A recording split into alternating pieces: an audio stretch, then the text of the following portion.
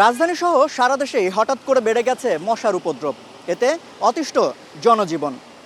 কর্তৃপক্ষ বলছে সমস্যা সমাধানে নানামুখী পদক্ষেপ নেওয়া হচ্ছে, তবে জনগণের অভিযোগ সেসবের কোনো কিছুই কাজে আসছে না। দর্শক, সবাইকে আমন্ত্রণ জানাচ্ছি এটি নিউজের নিয়মিত আয়োজন আমাদের কথার আজকের পর্বে। আপনাদের সঙ্গে আছি আমি সম্রাট আনোয়ার। আমাদের কথার আজকের বিষয়ে হঠাৎ করেই বেড়ে গেছে মশার উপদ্রব। শুরুতেই চলুন দেখে আসি আমাদের কথার আজকের বিষয়টি নিয়ে এটি নিউজে প্রচারিত একটি প্রতিবেদন। কয়েল অ্যারোসল সহ নানা ওষুধেও দমন করা যাচ্ছে না মশার আক্রমণ। সন্ধ্যার পর রাত যত বাড়ে ততই বাড়তে থাকে মশা বাহিনীর উৎপাত। সিলেট নগরবাসীর অভিযোগ, মশা নিয়ন্ত্রণে সিটি কর্পোরেশনের কাজ করার কথা বললেও সুফল মিলছে না। তবে নগর কর্তৃপক্ষ জানালেন, জনবল সংকটের কারণে একসাথে সব ওয়ার্ডে মশা নিধন কার্যক্রম চালানো যাচ্ছে না।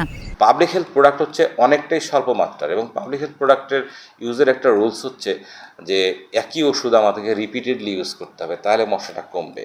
রাজশাহীতে বদ্ধ ড্রেন, জলাশয় ও ডোবাতে মশার বংশ বিস্তার বাড়ছে। কোনোভাবেই কমছে না মশার উপদ্রব। বাধ্য হয়ে দিনের বেলাতেও মশারি ব্যবহার করছেন অনেকেই। তবে এ বিষয়ে নীরব খোদ সিটি কর্পোরেশন, এমনটাই অভিযোগ এলাকাবাসীর। মশা মারার কোনো ব্যবস্থাই নাই রাজশাহীতে। যত্রতত্র ময়লা আবর্জনা ফেলে রাখা, কচুরিপানায় ভর্তি খাল, পর্যাপ্ত ড্রেনেজ ব্যবস্থা না থাকা, রাস্তাঘাট সহ নগর উন্নয়নের কাজ দীর্ঘদিন ফেলে রাখার ফলে খুলনাতেও বেড়েছে মশার উপদ্রব। মে থেকে সেপ্টেম্বর পর্যন্ত ডেঙ্গুর প্রকোপ বাড়ে। তাই এখনই মশা দমনের কার্যকরী ব্যবস্থা নেওয়ার দাবি নগরবাসীর। মশার গুতো এখানে লোকজন রাত্রি কেউ থাকতে পারে না, সন্ধ্যার পর বিকেল থেকে দিনের বেলাও মশা কাম। রংপুর নগরীতে মশা প্রজননের হটস্পট ঐতিহাসিক শ্যামাসুন্দরী খাল। ১৩৫ বছর আগে খননকৃত খালটি প্রয়োজনীয় সংস্কারের উদ্যোগ নেই। বাড়ছে ডেঙ্গু এবং অন্যান্য রোগ সংক্রমণের আশঙ্কা। এ নিয়ে কার্যকর পদক্ষেপ নেই রংপুর সিটি কর্পোরেশনের। মানে এমন অতিষ্ঠ হয়ে গেছে মশার জ্বালা, সরকারের পক্ষ থেকে অথবা সিটি কর্পোরেশনের পক্ষ থেকে কোনো উদ্যোগ নাই। একই অভিযোগ নাটোরবাসীর। পৌরসভা থেকে মশা নিধনে নেই কার্যকর কোনো পদক্ষেপ। তবে মশার উপদ্রব কমাতে প্রয়োজনীয় ব্যবস্থা নেওয়ার কথা জানালেন পৌর মেয়র। নাটোর পৌরসভার যে চলমান কার্যক্রম, এটা আরো গতিশীল করা হয়েছে। আমরা বিভিন্ন জায়গায় ঝোপঝাড়, ময়লা আবর্জনা পরিষ্কারের সঙ্গে সঙ্গে আমাদের ড্রেনগুলো পরিষ্কার করছি। তুনাজিনা তনু, ডেস্ক রিপোর্ট, এটিএন নিউজ। প্রতিবেদনটি দেখলাম, এবার শুনবো সাধারণ মানুষের ভাবনা। মশার পরিমাণ তো ইদানিং অনেক বেশি। মানে আগে তো রাত্রে বেশি ছিল, এখন দিনের বেলাতেও কামড়ায়, প্রচুর কামড়ায়।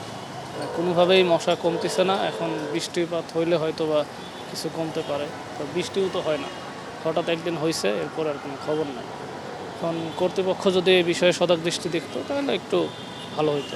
আমরা কোনো উদ্যোগ দেখি না, কী যে করতেছে এটা তো আমরা জানিও না, দেখতেওছি না, বুঝতেওছি না। কোনো উন্নতি নাই, মশা অবনতির দিকেই আছে। না, মশা তো আসলে কাজ এমন না কাজে লাগতেছি, কারণ যারা টাকা নিতেছে তারাই জানে, কিন্তু মশা তো কমতেছে না। মশা তো বেশ ভালো মশা লাগে, মশা ছাড়া তো রাতে ঘুমানো যায় না। মশার জন্য ঘুমানো যায় না। গাজীপুর শিল্প এলাকা তো ময়লা আছে, অনেক মশা, ড্রেনে অনেক মশা, মশারি টাঙ্গা ছাড়া ঘুমানো যায় না। আমরা কোনাবাড়ি এলাকা থাকি তো অনেক মশা মারা ওষুধ দেয়, এও দেয়, মনে করেন তো মশা আছে আর কি। মশার উপদ্রব ঢাকায় আগের মতোই আছে, মনে হচ্ছে না কমেছে। কারণ আমরা রাস্তাঘাটে যখন বের হই বা হচ্ছে সারভাইভ করি, তখন অ্যাকচুয়ালি বোঝা যায় যে মশার উপদ্রবটা আগের মতোই আছে। মশারি ছাড়া তো ঘুমানো যায় না, বাট মশারি না ঘুমালে অবশ্যই কয়েল বা হচ্ছে আপনার অ্যারোসল ব্যবস্থা থাকতেই হবে। মার্চ এপ্রিল এলেই মশার কামড়ে অতিষ্ঠ হয়ে যায় নগরবাসী, অথচ ডেঙ্গুর সিজন আসার আগে মশক নিয়ন্ত্রণ কিংবা মশক নিধনে সিটি কর্পোরেশন সহ সংশ্লিষ্ট কর্তৃপক্ষ কতটুকু ভূমিকা রাখতে পারছে, এ বিষয়ে সাধারণ মানুষের মতামত জানতে আমাদের কথা অনুষ্ঠানে খুলনা থেকে রয়েছি আমি পলাশচন্দ্র ঢালি। চলুন জেনে নেওয়া যাক এ বিষয়ে খুলনার সাধারণ মানুষ কি ভাবছে। মশা নিধনের ব্যাপার আছে, ডেঙ্গুর ব্যাপার আছে,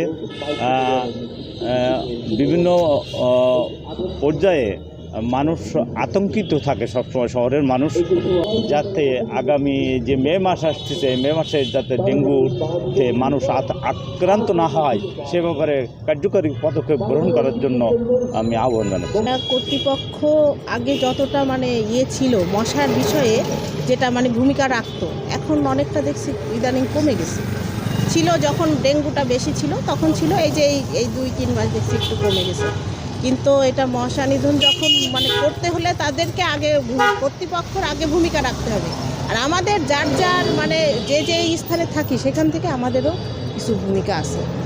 সরকারের ইচ্ছা এবং তাদের কর্মকাণ্ড অব্যাহত আছে, কিন্তু যে আপনার সেটা তদারকি করার জন্য যে কর্মচারীবৃন্দ আছে তারা সঠিকভাবে কাজ করে না, ঠিক আছে। এই জন্যই আর কি সিস্টেমটা এমনভাবে আর কি হয়ে গেছে। তারা অনেকে আছে বসে থাকে, অনেকে আপনার কাজ দেখায় যে আমি কাজ করতেছি, কিন্তু আসলে আদৌ তদ্রূপভাবে প্রতিষ্ঠা হচ্ছে না সব কিছু। মশার উত্তাপ অনেক বেড়ে গেছে, দিনের বেলাও যেরকম, রাত্রে তো ঘুমানো যায় না, প্রচুর মশা। আর সামনে আমাদের নিজেদেরও সচেতন হতে হবে, পরিবেশ মনে করেন জায়গা আশেপাশে সব কিছু পরিষ্কার রাখতে হবে। আর তারপর আমাদের সিটি কর্পোরেশন আরও বড় পদক্ষেপ নিতে হবে, পরিচ্ছন্ন নগরী গড়ে তুলতে হবে, যাতে মশার উত্তাপ থেকে আমরা শান্তিমতো বসবাস করতে পারি। এদিকে সবারই সচেতন হতে হবে। সিলেট থেকে সবাইকে স্বাগত জানাচ্ছি, আমি নাজাত আহমদ পুরকায়স্থ। সিলেট মহানগরীতে মশার উপদ্রব দিন দিন বেড়েই চলেছে। দিনে দুপুরে মশার কোয়েল ধরিয়েও মশার কামড় থেকে নিস্তার মিলছে না। সিটি কর্পোরেশন মশা নিধনের নানা কার্যক্রম চালালেও কার্যত কোনো সুফল মিলছে না। এই বিষয় নিয়ে আজকে সিলেটের মানুষের কথাগুলো জানার চেষ্টা করব। মাসখানেক ধরে মশার চাপ অনেকটাই বাড়ছে, যে ড্রেনের যে খোলা ড্রেনগুলো এগুলা চলমান রয়েছে, কাজগুলো শেষ হয় নাই। সিটি কর্পোরেশনের নানান পদক্ষেপ থাকার পরেও দিনে দুপুরে মশার কোয়েল জ্বালিয়ে আমরা দিন কাটাইতে হতেছে। মশা খুব বেড়েছে, অনেক মশা হচ্ছে গিয়ে। আগে যে মেয়র ছিল অনেকে একটা পদক্ষেপ নিত, হচ্ছে মশার স্প্রে ব্যবহার করতো। এখন দেখা যাচ্ছে এগুলা নিয়ন্ত্রিত হচ্ছে না, ঠিকমতো পাচ্ছি না আমরা। অনেক মশা ডিস্টার্ব করতেছে, আপনি যেখানে যান শহরে এরকম হওয়া ঠিক না। কিন্তু সামনেও আছে একটা ড্রেন, রাস্তার কাম চলে, বর্তমানে ড্রেনটাও বন্ধ আছে। ওলাখান আরও কিছু কিছু ড্রেন আছে, যেমন ধরি লোক জাম লাগি গেছে, লাইন ক্লিয়ার নাই, তার কারণে মশা সৃষ্টি হওয়ার বহুত কিছু, আরও নানান ধরনের বিষাক্ত মশাগুলার, তার কারণে আমরা মনে করো খুব কষ্ট হওয়ার মশার কামড়ে।